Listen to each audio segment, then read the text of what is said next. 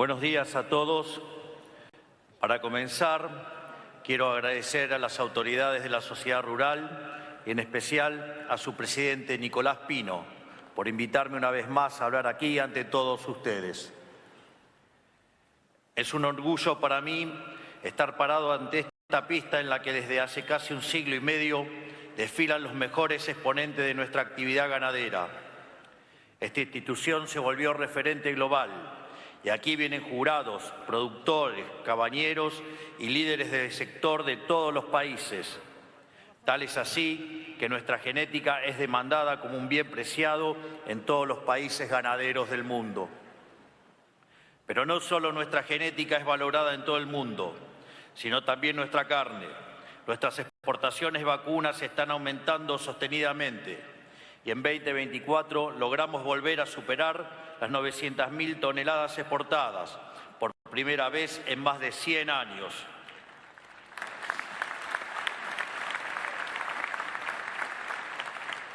Me gustaría felicitar a todos los actores del sector por esta hazaña y también por seguir realizando esta exposición que representa la esencia de la economía nacional y la acerca a la sociedad civil. Hace exactamente un año me paré ante ustedes con la promesa de comenzar juntos un cambio profundo en nuestra sociedad.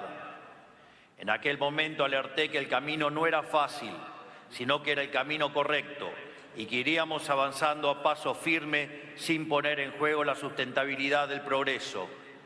Porque todos, y el campo más que nadie, hemos aprendido del pasado que los cambios hechos a las apuradas se borran fácil y lejos de quedar grabados en piedra, desaparece como huellas en la arena.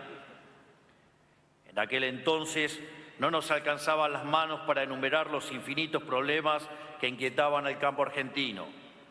Veníamos de muchos años de cepos, múltiples tipos de cambio, inflación descontrolada con su imprevisibilidad económica, tasas ridículas para acceder al financiamiento, trabas burocráticas cada vez más delirantes, aranceles cada vez más asfixiantes para la importación de insumos y maquinaria y, por supuesto, las nefastas y siniestras retenciones.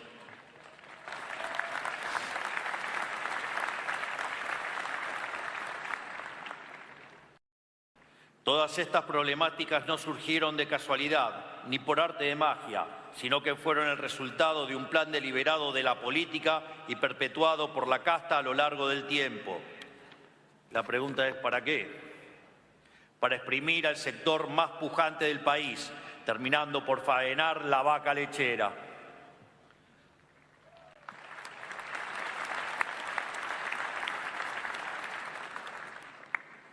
Para poner un par de ejemplos, en los 90 años que lleva de vida el Banco Central de la República Argentina, en 70 de ellos hubo cepo cambiario entorpeciendo el comercio internacional y la posibilidad de ahorro de los argentinos.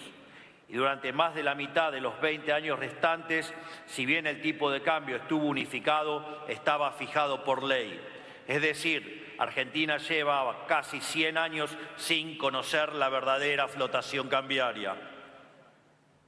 Esto se hizo para tratar de contener la inflación que el propio Estado había generado al financiar año tras año un déficit fiscal gigante con emisión monetaria, sin respaldo ni contrapartida de demanda de dinero. Así, empresarios y productores se veían obligados a aumentar constantemente los precios de sus bienes y servicios para mantener su negocio en pie. Ese régimen de inflación alta le venía como anillo al dedo a la casta política para instalar con facilidad su relato antiempresa, en el cual supuestamente los inescrupulosos empresarios especuladores se aprovechaban de las necesidades de la gente. En el caso específico del campo, utilizaban este relato miserable para fomentar el avasallamiento sobre la propiedad privada. Así, se normalizó que quienes generaban más riqueza estén sometidos a regímenes tributarios imposibles, pero también se llegó al extremo de proponer reformas agrarias, incitar a romperse los bolsas o incluso defender el robo de ganado. Y a todas estas injusticias la proclamaron de un bien supremo, supuestamente la siniestra justicia social.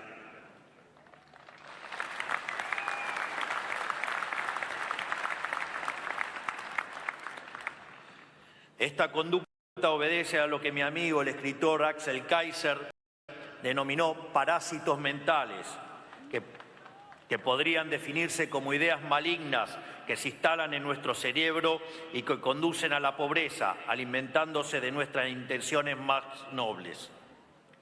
Me parece pertinente detenerme en un parásito mental específico, el de los llamados derechos sociales.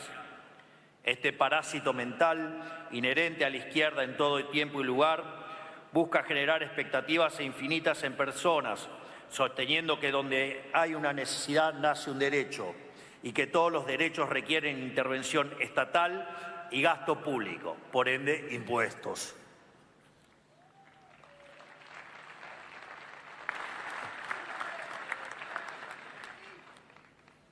El problema es que las necesidades son infinitas y los derechos alguien los tiene que pagar y los recursos son escasos, son finitos. O sea que para poder cumplir con semejante disparate habría que incluir la primera ley de la economía, que es la ley de la escasez. Por esa estupidez de que con cada necesidad hay un derecho nos llevó directamente a las puertas del abismo. Este mandato imposible de estar garantizando supuestos derechos infinitos para rectificar cualquier necesidad lleva continuamente a violar la restricción presupuestaria, lo cual fue el principal problema que aselló a nuestro país durante siglos. Así, tapar el déficit con emisión nos llevó a sacarle 13 ceros a nuestra moneda y destruir 5 signos monetarios. Taparlo con deuda nos llevó a ser el país con mayor cantidad de defaults en la historia. Y taparlos con impuestos no solo nos llevó de ser uno de los países más prósperos del mundo, sino a un país que cuando nosotros llegamos tenía la inflación viajando a una velocidad del 1,5% diario, que es más del 17.000 anual.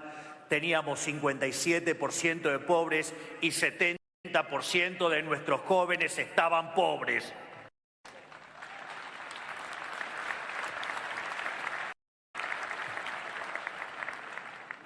En definitiva, nada de esto fue accidental, dado que, como dijo Thomas Sowell, la primera ley de la economía es la escasez, dado que no hay de todo para todos, mientras que la primera ley de la política es ignorar la primera ley de la economía.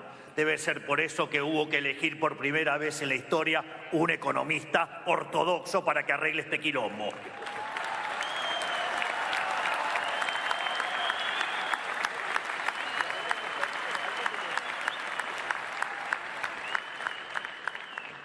No hace falta estudiar en profundidad la historia humana para saber a dónde llevan estas falacias cuando se las aplica hasta sus últimas consecuencias.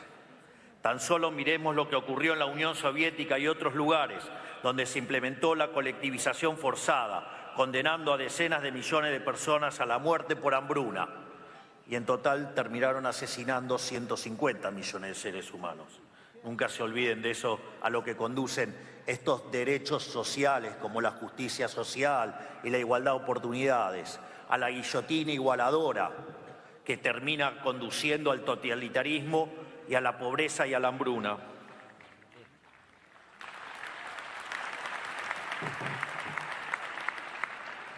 Volviendo a la cuestión nacional, aún no podemos dar por finalizada la guerra contra el modelo empobrecedor que montó la casta durante tantas décadas. Pero sí podemos afirmar que estamos ganando muchas batallas. Esto se traduce en la baja de costo que ha visto en particular el sector agropecuario a lo largo del último año y medio. Por enumerar algunos avances, hemos eliminado el cepo cambiario y el impuesto país, devolviéndole aproximadamente un 30% de rentabilidad al sector. Facilitamos la importación de fertilizantes y redujimos los aranceles. Volvimos a permitir la importación de maquinaria usada, reduciendo su costo hasta un 50%. Abrimos el mercado de la vacuna de la aftosa. En la próxima campaña ya habrá oferta de la misma por la mitad de su valor histórico.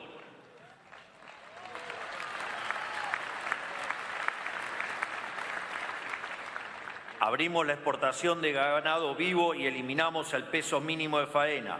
Dos restricciones abiertamente antiliberales que nunca debieron haber existido. Desregulamos completamente la producción de frutas y hortalizas y sacamos al SENASA de la función de producción. Basta de controlar el grosor de la chapa o el alto de la canilla de los baños. Basta de que un funcionario público le diga a un productor cuándo cosechar.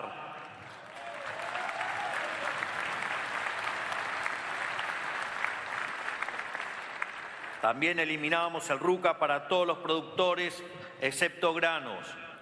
En términos de financiación del sector, la desregulación en el mercado de warrants ha generado no solo una baja en el costo del warrant del 3,5% al 1%, sino que permite al productor emitir su propio warrant, logrando hacer líquidos sus stocks. También implementamos el pagaré mercancía, un viejo reclamo del sector y que ya está usando, sobre todo para la compra de maquinaria.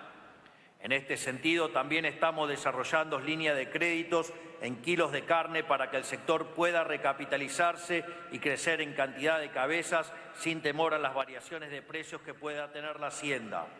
Esto lo hacemos en línea con nuestra promesa de campaña de ir hacia una libre competencia de monedas, para que cada sector pueda proyectar su crecimiento de una forma más previsible. Por otro lado, creo que gran parte de ustedes es consciente del cambio de época que se vive en términos de conectividad, gracias a que hayamos permitido el ingreso de Starlink al país y se puede acceder a Internet de máxima calidad en cualquier rincón de la Argentina.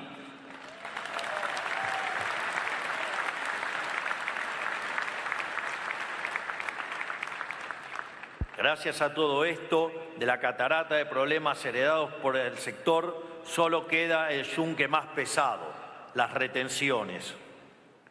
Por eso quiero aprovechar este día para hacer un anuncio importante sobre este gran flagelo que nunca debió haber existido. Desde hoy, las retenciones a la carne aviar y vacuna se reducirán del 6,75 a 5%. Las retenciones al maíz de 12 a 9,5. Las retenciones al sorgo de 12 a 9,5. Las retenciones de girasol de 7,5 al 5,5 y 4. Y también las retenciones a las hojas del 33 al 26 y a los subproductos de soja de 31 a 24,5.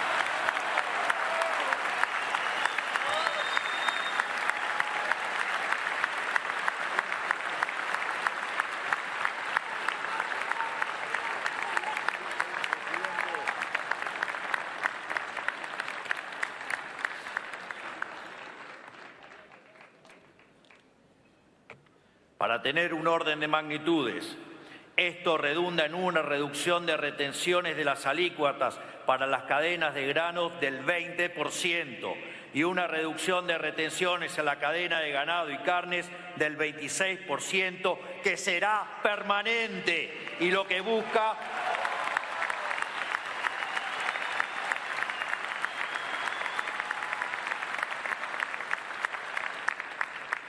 lo cual busca dar impulso al campo, el sector con mayor productividad de la economía y fuertemente castigados por estos impuestos en los últimos 20 años.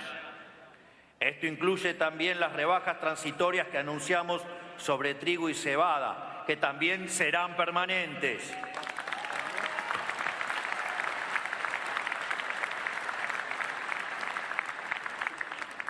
Repito, estas reducciones son permanentes y no tendrán vuelta atrás mientras que yo esté en el gobierno.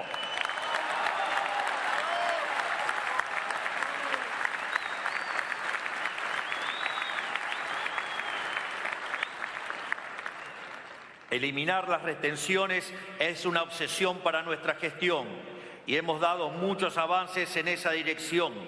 Ya eliminamos las retenciones a las economías regionales, al sector lácteo, a la carne porcina y a algunos segmentos de carne vacuna. Además, hemos reducido las mismas para el trigo y la cebada.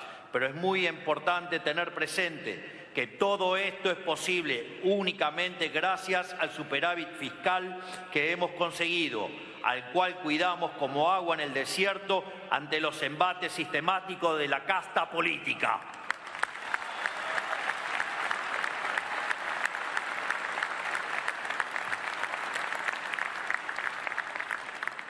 Repito, no hay posibilidad de baja de impuestos sin tener superávit fiscal sostenido. Este concepto no solo es importante que lo internalice la sociedad, sino principalmente la dirigencia política, que lamentablemente no parece haberse hecho eco del grito de cambio que la sociedad expresó en el 2023. ¿Acaso creían que la motosierra era un chiste?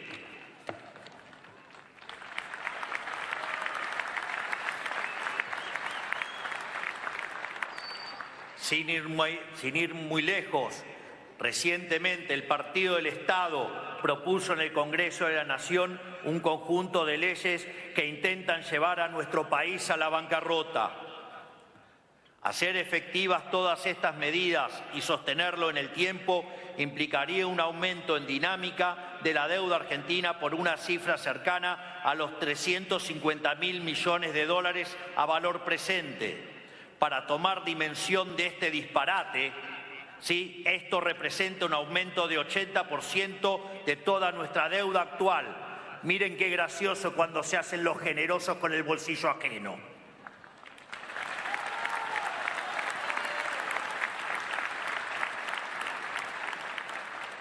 Financiar este atropello vía impuestos, la actividad favorita de la casta, implicaría un aumento de presión fiscal entre 2 y 3 puntos del PBI. Esto sería el equivalente de cuadruplicar las restricciones respecto a su valor actual y que vuelvan a ser por lo menos 2 puntos del PBI. No les debería sorprender que salga de un lugar donde, por ejemplo, habita el señor de la 125.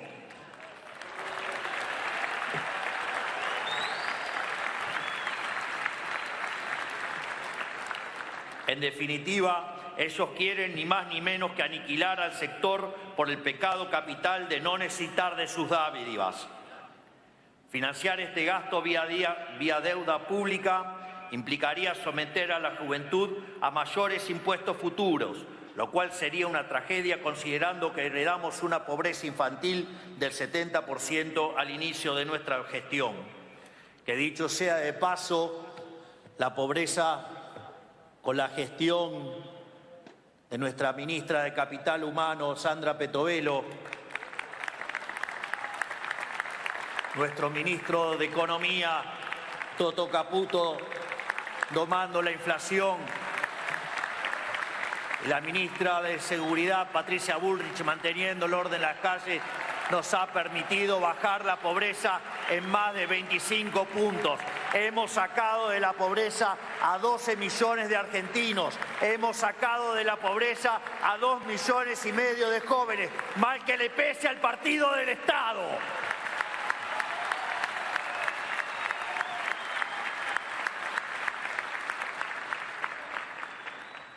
En definitiva, las frases lindas y rimbombantes y pomposas que se escuchan venir de la Casa del Congreso no es otra cosa que un tribunero sensiblero financiado como en el bolsillo ajeno, porque ninguno de los que brega en favor de este torpedo fiscal siquiera atinó a renunciar o a expresarse en contra de las jubilaciones de privilegio.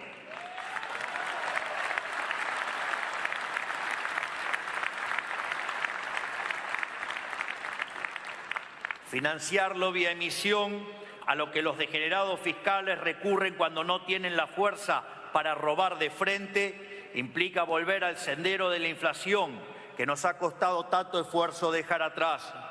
El impuesto más regresivo de todos, dado que castiga con más fuerza a los más vulnerables. Pero claro, a esos vulnerables los hace dependientes del Estado y fáciles de captar para votos y seguir hundiendo al país. Por supuesto que por todas estas razones y para proteger el superávit fiscal que es el ancla que nos está llevando al futuro, vamos a vetar estas leyes que lo que buscan es llevar el país a la bancarrota y a la pobreza.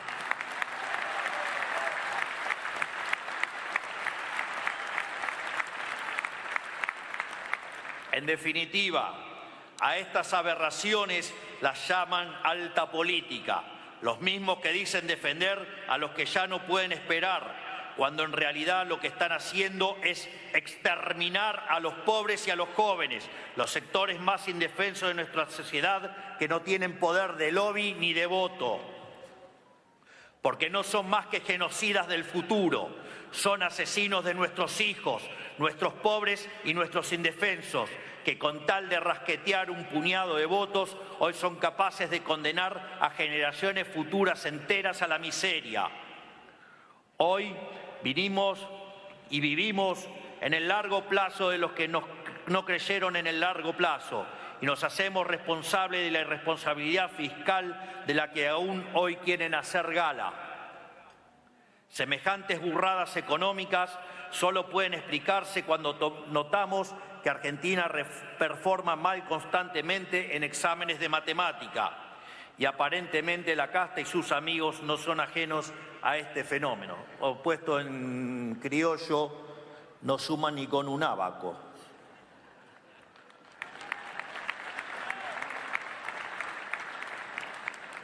Por eso dicen que con un gasto de 17.000 millones de dólares anuales puede ser financiado con un recoste de gasto de 30 millones en la CIDE, que ahora quieren desfinanciar, pero hasta hace muy poquito querían manejar, cuando en realidad se necesitaría un recorte 570 veces más grande. Y ni que hablar de las críticas falsamente fiscalistas a nuestros viajes al exterior, que es innegable que han sido de provecho económico para el país y que seguramente en pocos días tendremos tremendas, pero tremendas noticias en el plano internacional gracias a la enorme tarea que lleva a cabo nuestro canciller, el ministro Gerardo Huerten.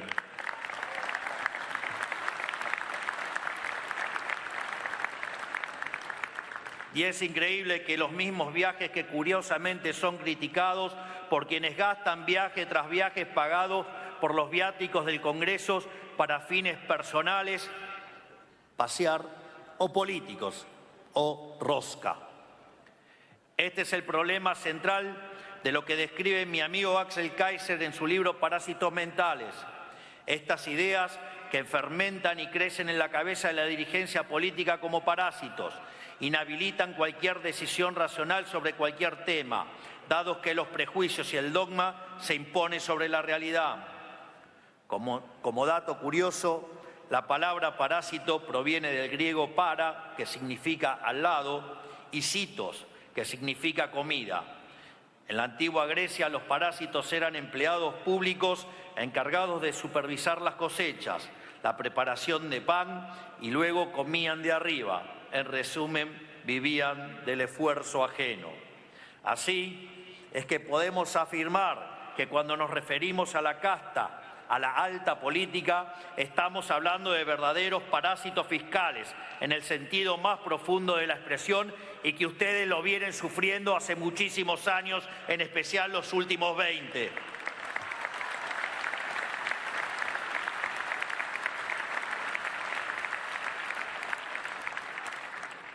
Nosotros comprendemos y queremos atender la demanda histórica del sector con el tema de las retenciones, pero nunca podemos dejar de lado sus implicancias económicas. Por el contrario, también entendemos que ser extremadamente prudentes en reducirlas es perpetuar una defecio que nunca debió existir en primera instancia y ponerle un techo al crecimiento del sector y en consecuencia de toda la economía. Creemos que hemos dejado en claro con acciones la dirección en la que queremos dirigirnos. El camino está trazado y lo estamos transitando y lo vamos a lograr.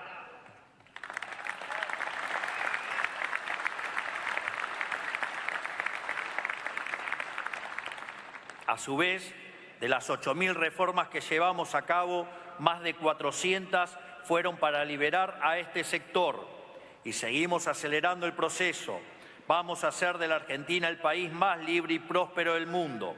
Ustedes, acostumbrados a pensar en generaciones, entienden más que ningún otro sector del país lo que esto significa.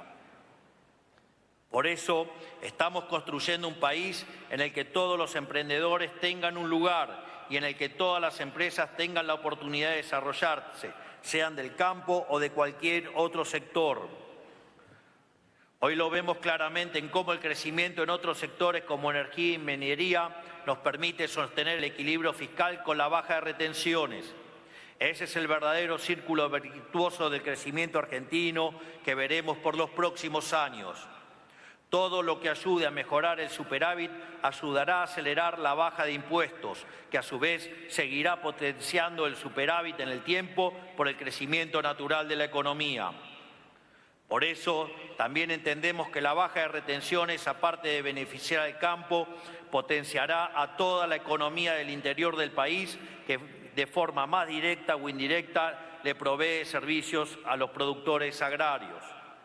Desde veterinarios y laboratorios, o ingenieros y desarrolladores de semilla, a playeros de estaciones de servicios, desde gomeros a almaceneros, sea un piloto de dron o un constructor de silo. Todos se benefician de que la rentabilidad del sector privado se quede en el sector privado en lugar de que sea extirpada por el maldito Estado.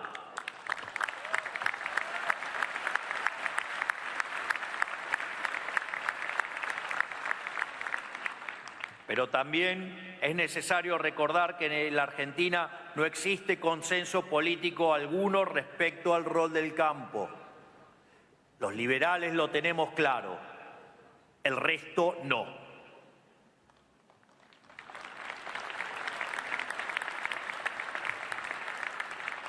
El Partido del Estado cree que ustedes deben subordinarse eternamente a subsidiar las decrépitas industrias infantes de la casta. Ellos creen que como sector no valen nada, que solo extraen una renta de un activo fijo. Recordemos la fijación que tenía la doblemente condenada y ahora presidiaria con llamarle suyo al producto que había financiado toda su aventura colectivista.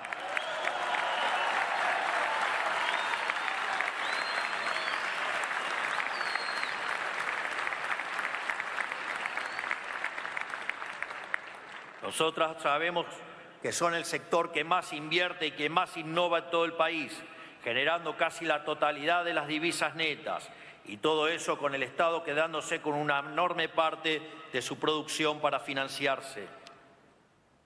Es por eso que hoy existen dos y solo dos modelos de países posibles, el modelo de la libertad y el de la servidumbre estatal representada por el Partido del Estado, es decir, todos los que no abrazan las ideas de la libertad. Y esto no es una cuestión a medias.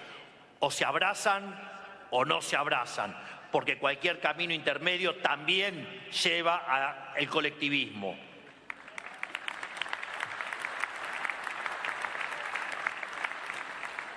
Nosotros somos los únicos que creemos en el modelo de la libertad, cuyas condiciones son la propiedad privada y el rol del Estado en defenderla y preservarla.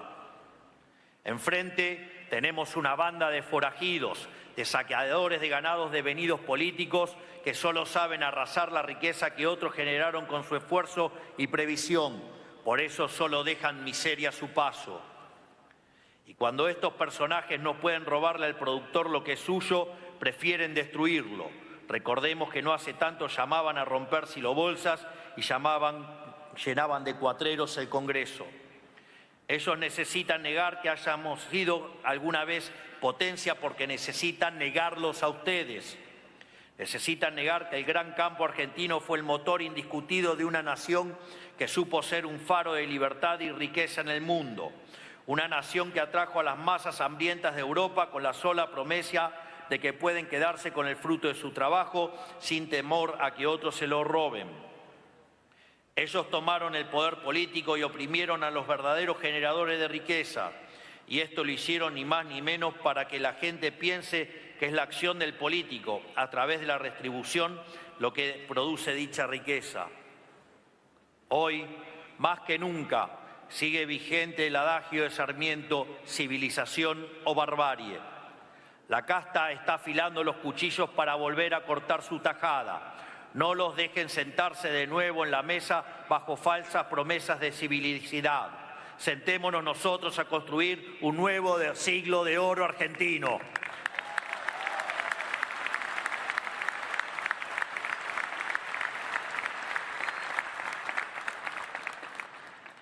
Ellos quieren vender que el liberalismo es cipayo y vendepatria, como les gusta decir. En su delirio sostienen que estamos regalando el país a intereses extranjeros. Y ellos, por su parte, han elegido sobreactuar patriotismo al punto de que se vuelve sospechoso e indica una clara intención de disimular una carencia. Aquí, la batalla cultural de parte suya ha sido clave. El kirchnerismo hizo un trabajo de décadas para identificar patria y Estado y convencer a la gente de que son exactamente lo mismo. Por eso, según esta cosmovisión delirante, agrandar el Estado es hacer nacionalismo y la desregulación y la reducción de impuestos es un acto de entreguismo y traición. Esta forma de ver las cosas tan antihumana, vetusta y anacrónica ha sido el lastre que nos ha mantenido hundidos durante 100 años. Si el camino hacia ser una potencia fuera agrandar gigantemente el Estado y sus injerencias, la Unión Soviética seguiría en pie y el comunismo dominaría la tierra. Parece que no tomaron nota de algo que pasó en 1989, que el muro se cayó y apología que dio a luz a la República Argentina. Porque esa